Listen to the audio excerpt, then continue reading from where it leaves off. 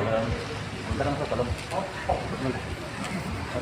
untuk antara memperkaya saing global adalah salah satunya adalah digitalisasi batik. Nah, dari BMPT ini upayanya seperti apa? Ya kita sebetulnya kan digitalisasi inovasi ya, tapi dalam konteks batik sepertinya masih relatif sedikit ya, karena untuk desain batik itu kalau lewat digitalisasi itu satu peluang begini aja bisa jutaan loh hasilnya loh. Gitu loh. Jadi bagaimana memanfaatkan IT itu untuk mendesain itu kan lebih mudah. Ini satu bunderan begini ini bisa jutaan gambar yang berbeda-beda yang bisa dihasilkan. Jadi hal seperti itu kan sudah dilakukan di Bandung. Ya, desain itu tidak stagnan,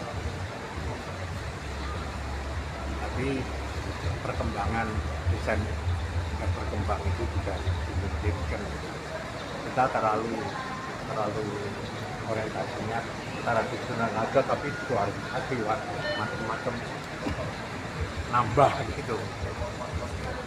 Satu, yang kedua, kita bicara fashion itu harapan saya tidak sekedar Ragawati memamerkan jenis pakaian, tapi bagaimana dari fashion itu agar mirip seperti orang bangun rumah, tumbuh kreativitas, tumbuh industri macam-macam, bisa sepatu, bisa aksesoris, kan gitu ya, desain kain dan sebagainya kan bisa. Sama seperti bangun rumah, ada pabrik kan, bikin kunci, bikin batu bata, bikin macam-macam, bisa 60 produk untuk bangun rumah. Sama fashion juga begitu kan gitu ya kan. Misalnya emangnya yang di lesehan satu yang bekas teras Malioboro 1 ya kan, jualannya kan sudah beda ya kan. Biarpun itu mungkin bagi pakaian wanita sekedar daster, tapi kan siapa tahu kita punya ibu-ibu punya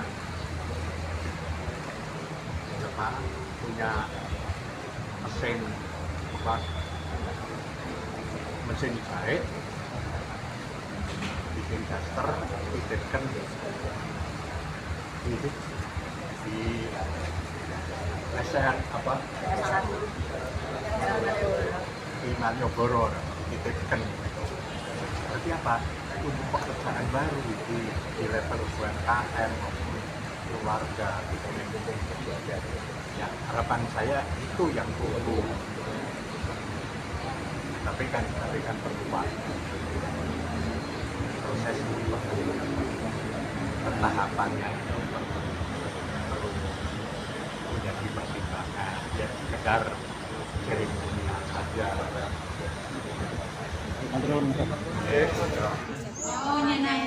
Harusnya kalau mau pinjam kita sebelum dipermudah. Oke, kalau boleh tahu Kak Intan, Kak Lasmi sama Kak Irawan habis dari sini mau kemana ini? Sekarang kita ada penampilan tarian dari di Sosial Taman Budaya. Kalau mau nonton silakan. Oke, nanti diajakin Mbak kalau mau. Kak Silva, mau info sedikit nih, habis ini ada acara mewarnai selanjutnya. Bukan memperingati, tapi juga internasional batik Binari itu kan dilaksanakan 2 tahun sekali.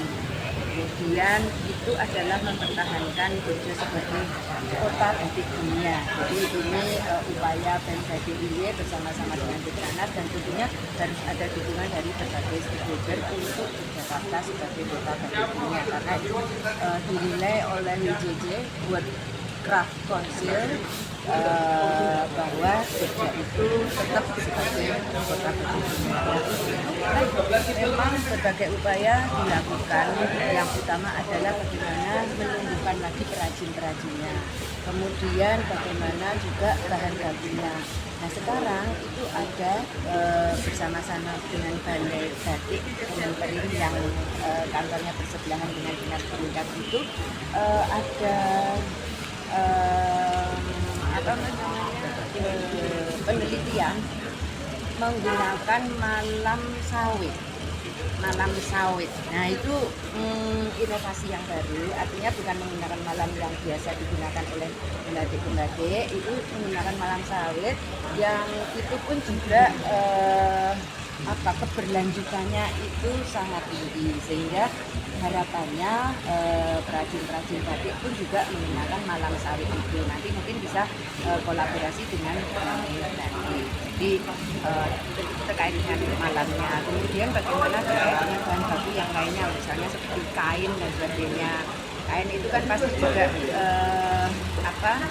kain mori. Nah itu kita bekerja sama atau kolaborasi juga dengan Asosiasi Pertekstilan Indonesia untuk bisa menyediakan kain-kain batik untuk para perajin-perajin yang ada di DKI. Yang sawit itu setelah eco-friendly-nya seperti apa Bu? Malamnya? Jadi itu bisa digunakan beberapa kali gitu Mas.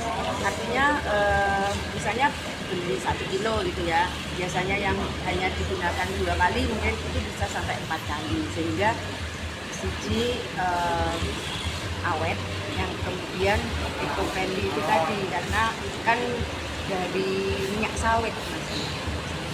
Terus itu kapan dimulai Bu?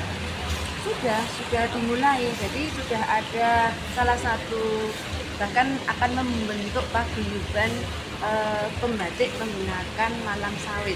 Itu sudah dilakukan oleh perajin batik itu, dan kemarin sudah menerima industri halal ya. Kemarin itu oleh Kementerian diberikan sertifikat industri halal.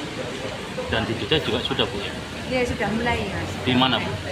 Mas Iksan itu di Kulon Progo dan juga di Gunung Kidul ada pembatik yang menggunakan malam. Dibandingkan dengan malam yang biasanya itu Bu, keunggulan ketika sudah jadi itu dia tidak mudah luntur atau seperti apa Bu? Iya, ya memang kalau kan memang nggak luntur ya, kalau batik yang ini kan nggak luntur gitu. Cuman kalau terus dicuci pakai deterjen yang tidak baik kan mesti lurus itu ya bahasa Jawanya gitu. Kalau menggunakan malam sawit ini tentunya lebih awet gitu, kemudian tentu juga ada treatment tersendiri untuk menggunakan kalau sudah jadi tentunya harus sudah disinfektan. Dan itu akan mempengaruhi kualitas hasil batiknya Bu? Iya. Seperti apa? Kualitasnya lebih tinggi dan harganya lebih mahal atau seperti apa? Menurut info ini memang harganya akan lebih mahal karena memang bisa digunakan beberapa kali gitu. Tapi untuk keberlanjutan eco-friendly-nya lebih bagus gitu ya. Karena kan memang aspek keberlanjutan itu sedang kita dukung sama-sama. Dan itu untuk ekspor batik sendiri sekarang seperti apa Bu? Kalau untuk ekspor di daerah istimewa Yogyakarta itu memang secara asli produk batik itu tidak kelihatan, tapi ada di produk tekstil dan kerajinan batik yang lainnya. Kemudian tidak bisa ada batik diekspor kemana gitu. Untuk surat keterangan asalnya juga sudah menyebutkan seperti itu. Tapi kalau tadi disampaikan oleh Pak Bayu Caksono itu kan potensi. Oke. Ada acara apa nih Kak? Acara apa ya kali ini? Apa ya? Nanti malam tuh ada acara ekspresi seni kontemporer di Sosial sama dia. Betul. Lintas generasi. Lintas generasi, maaf teman-teman.